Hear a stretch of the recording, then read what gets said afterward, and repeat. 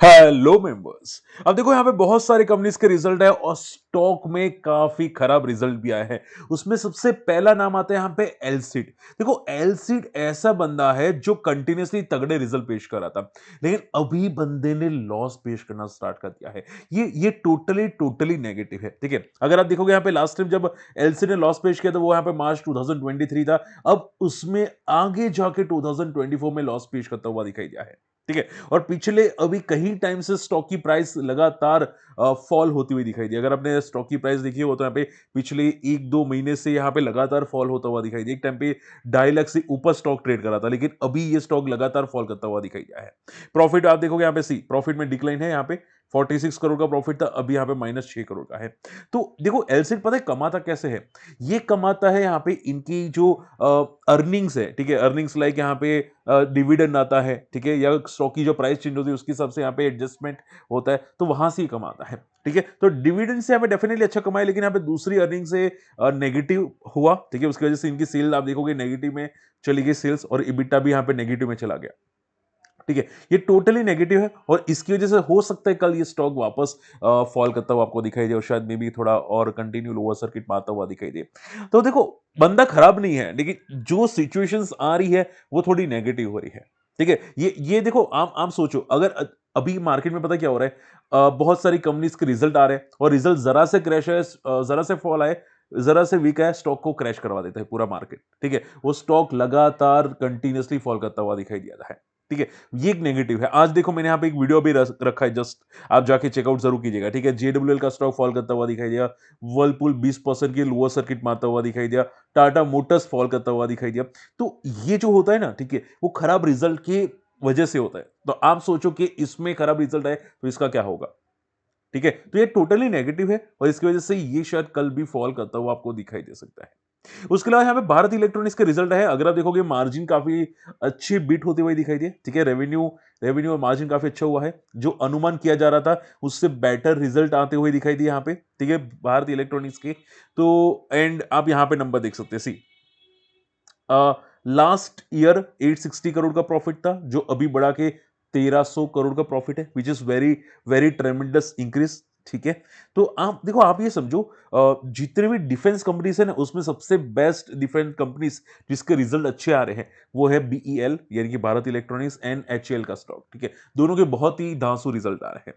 हालांकि एक प्रॉब्लम आई है कंपनी के रिजल्ट में, वो आपको देखना पड़ेगा कि कंपनी की जो गाइडेंस थी कि मेरे पास ऑर्डर बुक होनी चाहिए 25,000 करोड़ की, जो अभी है सिर्फ 10,800 करोड़ की, यानी कि ऑर्डर बुक काफी तक कम होती हुई दिखाई दी है। ठीक है, ये थोड़ा नेगेटिव है। ओके, लेकिन आई डोंट थिंक कोई फॉल आएगा, क्योंकि मार्केट में अभी कल बजट, परसों बजट है, 1 फरवरी को बजट है। तो बजट में क्या होगा वो भी एक इंपॉर्टेंट मायने कर सकता है। ठीक है, तो वैसे ऑलरेडी क्रैश हो चुका है, ऑलरेडी सपोर्ट पे आ चुका है। ठीक है, तो आई डोंट थिंक कोई ज्यादा बड़ा फॉल की एक्सपेक्टेशंस है, और हो सकता है कि बजट तक ये पॉजिटिव रहने की कोशिश हो। ठीक है, लेकिन एक बात याद रखिएगा कि बजट के बाद वापस मार्केट अपना डायरेक्शन नया बना सकता है। अब ऐसा मत सोचो कि सर बजट के पहले ये स्टॉक मोमेंटम करेगा तो बजट के बाद भी कंटिन्यू करेगा। अगर मान लो बजट में डिफेंस के शेयर्स में कुछ अच्छी न्यूज आई, ठीक है, डिफेंस में ऐसा लगा कि भाई डिफेंस को तगड़े ऑर्डर मिल सकते हैं, डिफेंस के लिए कुछ हो सकता है, तो हो सकता है बजट के दिन यानी कि सैटरडे को जब मार्केट चालू होगा, सैटरडे में भी, ठीक है, तो ये स्टॉक ऊपर जाए, लेकिन नेक्स्ट डे को सस्टेन करेगा कि नहीं वो मुश्किल है कहना। ठीक है, क्यों? क्योंकि आप ये समझो ये स्टॉक्स में ऑलरेडी मोमेंटम काफी बड़ी आ चुकी है। ठीक है, तो अभी जो सपोर्ट ले रहा है या थोड़ा बाउंस बैक करा है वो जस्ट बजट की वजह से है, चाहे रेलवे स्टॉक हो चाहे डिफेंस स्टॉक हो। ठीक है, तो आप ये समझो बजट के 7 दिन के बाद हाई, जो मैंने आपको रिजल्ट की स्ट्रेटेजी बताई थी, वैसे ही बजट का 7 दिन का हाई ब्रेक होता है तो आप सोच सकते हैं स्टॉक में जो भी करना है आपको। ठीक है, बाकी अभी के लिए स्टॉक को देखिए, रिजल्ट काफी अच्छे आ रहे हैं, हालांकि ऑर्डर बुक थोड़ी सी वीक दिखाई दे रही है। रही बात दीपक फर्टिलाइजर की, देखो दीपक फर्टिलाइजर के भी नंबर काफी अच्छे थे, लेकिन स्टॉक आज देखो 12% क्रैश होता हुआ दिखाई दिया। यस्टरडे काफी अच्छा पुल बैक किया था। ठीक है, मैं यहां पे बताना चाहूंगा दीपक फर्टिलाइजर का स्टॉक, सी आप यहां पे फोकस कर सकते हैं। ठीक है, एंड अगर आप देखोगे यहाँ पे नंबर्स काफी धांसू आते हुए दिखाई दिए। 61 करोड़ का प्रॉफिट बढ़ के यहाँ पे 253 करोड़ आता हुआ दिखाई दिया। नंबर्स बहुत धांसू है। हालांकि नंबर्स में अगर आप ध्यान से लिखोगे तो quarter to quarter decline number आपको दिखाई दे रहे। ये जो नंबर बड़े हैं, ठीक है, वो उसका मेन रीजन आप यहां पे देख सकते हैं, थोड़ी अदर इनकम बढ़ी है, प्लस इनका टैक्स कम हुआ है। ठीक है, टैक्स एडजस्टमेंट हुआ है। आप देखोगे लास्ट टाइम में 28% का टैक्स था, उसके पहले 37% का टैक्स था, तो टैक्स एडजस्टमेंट है। ठीक है, तो नंबर अगर ऑल इन ऑल देखने जाए तो मिक्स नंबर, मैं ज्यादा नेगेटिव नहीं बोलूंगा क्योंकि ईयर टू ईयर काफी अच्छी ग्रोथ है। ठीक है, तो मैं इसको नंबर ज्यादा नेगेटिव नहीं बोलूंगा। लेकिन स्टॉक ने किया क्या कि एक दिन पहले जो भागा था, ठीक है, प्रीवियस डे को, वो स्टॉक पूरा का पूरा आज फॉल कर गया। ठीक है, तो शॉर्ट टर्म का व्यू है। ठीक है, ये जो स्टॉक है वो थोड़ा सा वॉलेटाइल हो सकता है। ठीक है, फंडामेंटली स्ट्रांग है लेकिन वॉलेटाइल हो सकता है। ठीक है, और मेरी सबसे भी ज्यादा फॉल करना नहीं चाहिए क्योंकि बजट है। ठीक है, बजट में थोड़ी बहुत स्टेबिलिटी स्टॉक में रह सकती है, लेकिन बजट के बाद क्या होगा वो कहना मुश्किल है। ठीक है, तो एक बार देखिएगा कि स्टॉक में क्या होता है, क्या बजट तक ये सस्टेन करता है। ठीक है, क्या बजट के बाद कोई अच्छी मूव करता है, वो आप देखिएगा। ठीक है, बाकी कंपनी तो बहुत ही फंडामेंटली स्ट्रांग है, और अगर आप देखोगे हमें 16 की पी पे ट्रेड कर रहा है, तो ये स्टॉक काफी काफी क्वालिटी दिखाई दे रहा है। लेकिन अभी के लिए स्टॉक में आप देखो कि रिजल्ट थोड़े मिक्स आते हुए दिखाई दिया है। कलियन ज्वेलर्स, कलियन ज्वेलर्स के काफी तगड़े नंबर हैं। ठीक है, मैंने अभी नंबर भी चेकआउट किए थे। अगर आप यहां पे देखोगे नंबर्स कलियन ज्वेलर्स के, सी यहां पे नंबर देख सकते हैं। प्रॉफिट 200 करोड़ का, लास्ट ईयर 180 करोड़ का, यानी कि ग्रोथ काफी अच्छी है। क्वार्टर टू क्वार्टर में भी काफी अच्छा है, मार्जिन इंप्रूव होते हुए दिखाई दिए, वो भी काफी स्ट्रांग बात है। ठीक है, तो नंबर्स काफी धांसू है कल्याण ज्वेलर्स के। ठीक है, आप देखोगे यहाँ पे जिस तरह से ग्रोथ आ रही है काफी पॉजिटिव ग्रोथ है। लेकिन देखो प्रॉब्लम पता है एक ही है कल्याण ज्वेलर्स में, जिसकी वजह से स्टॉक गिरा था, वो है यहाँ पे स्टॉक की प्राइस टू अर्निंग। ठीक है, ये स्टॉक टाइटन जो है ना, ठीक है, टाइटन का पप्पा बनने के लिए बैठा था।